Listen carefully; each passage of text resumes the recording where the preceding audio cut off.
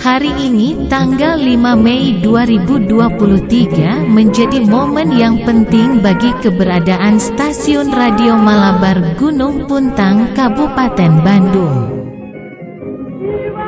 Tepat 100 tahun yang lalu, Stasiun Radio Malabar diresmikan, tepatnya pada tanggal 5 Mei 1923. Di video kali ini, saya akan mengulas sejarah Radio Malabar Gunung Puntang, Kabupaten Bandung, yang merupakan stasiun radio pertama dan satu-satunya di dunia, dengan frekuensi terkuat dan tercanggih pada zamannya. Selamat menyimak video ini sampai akhir. Tanggal 5 Mei tahun 1923, pagi-pagi sekali, Gubernur Jenderal De Vogt beserta rombongan keluar dari penginapan di Hotel Preanger Bandung. Iring-iringan kendaraan melintasi Dayakolot ke arah perbukitan Bandung Selatan.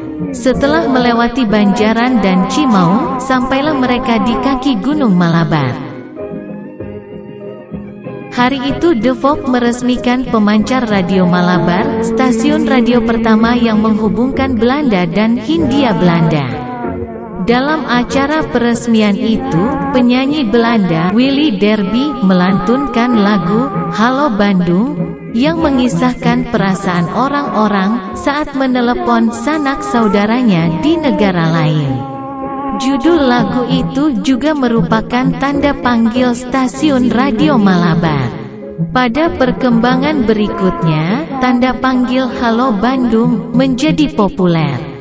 Ketika komunikasi terjalin dengan pihak lain di Den Haag, Belanda, kata-kata populernya adalah "Halo Bandung, hier Den Haag", yang artinya "Halo Bandung, di sini Den Haag".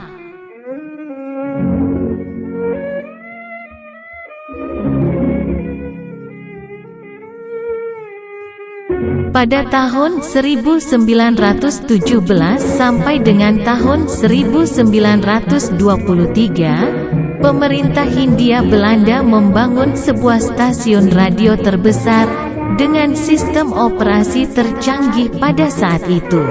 Bahkan saking modernnya, stasiun pemancar yang dirancang oleh insinyur elektro kenamaan lulusan Jerman bernama Dr. Insinyur Cornelis Johannes de Groot itu sempat diperhitungkan dan masuk ke dalam sejarah perkembangan radio dunia karena menjadi penghubung komunikasi antara Indonesia dengan Belanda sejauh 12.000 km.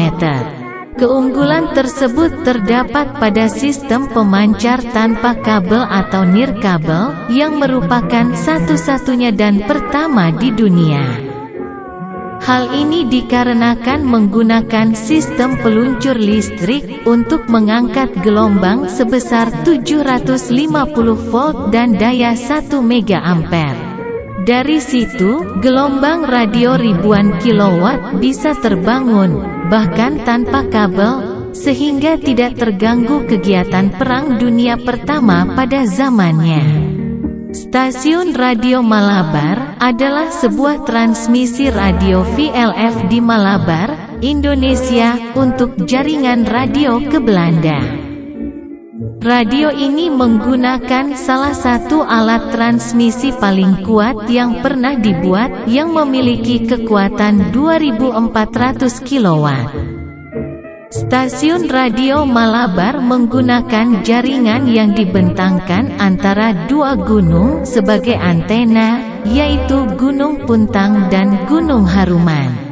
Berawal dari keinginan untuk menghubungkan Belanda dengan Hindia Belanda secara nirkabel, dan juga didorong oleh situasi Perang Dunia ke-1 yang tidak memungkinkan ketersediaan kabel serta rentan secara teknis dan politis, maka dipilihlah koneksi gelombang panjang untuk menghubungkan kedua negara tersebut.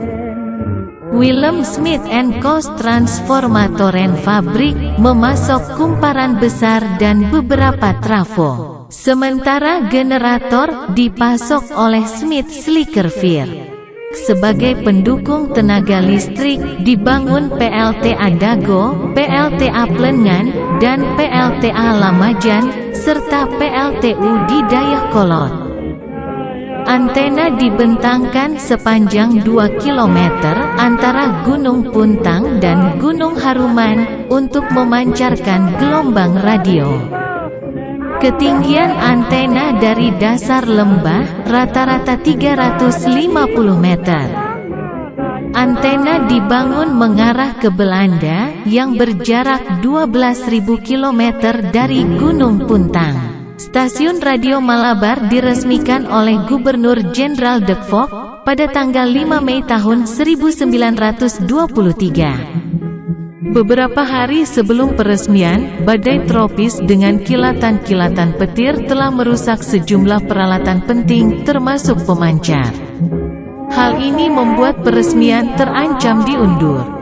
Namun ternyata peresmian tetap dilakukan dengan cara mengirim pesan telegraf radio kepada Ratu Belanda dan Menteri Urusan Koloni, namun tidak ada jawaban dari stasiun di Belanda. Baru pada tanggal 6 Mei tahun 1923 malam, pemancar dapat berfungsi dengan baik.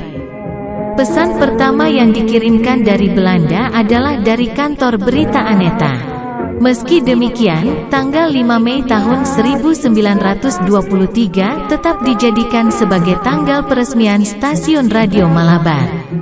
Sebagai penunjang komunikasi pada saat itu, di sekitar lokasi Stasiun Radio Malabar, turut dibangun komplek perumahan dengan fasilitas lengkap untuk para pegawai di sana.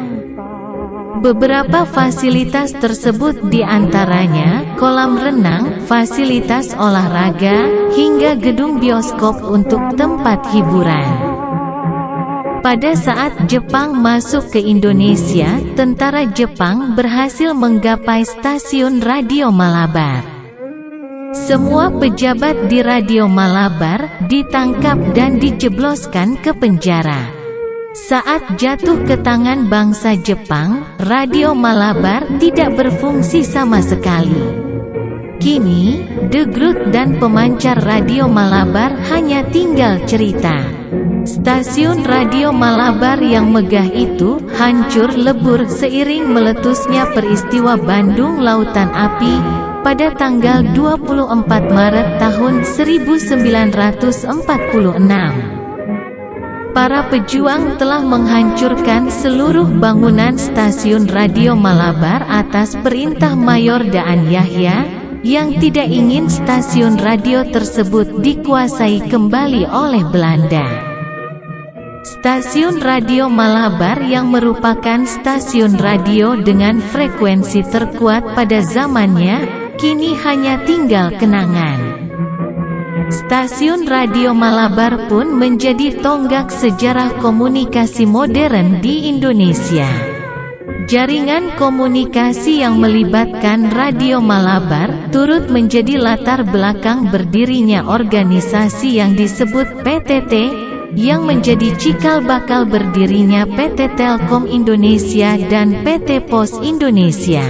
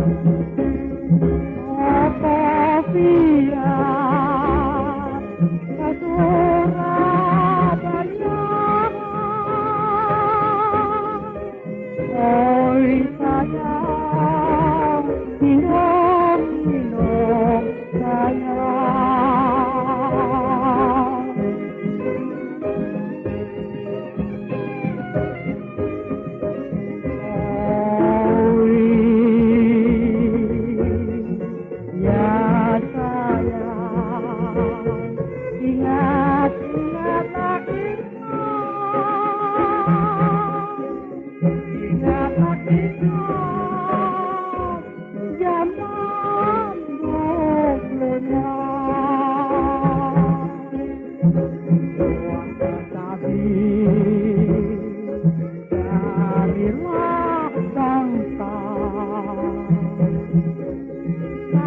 namanya.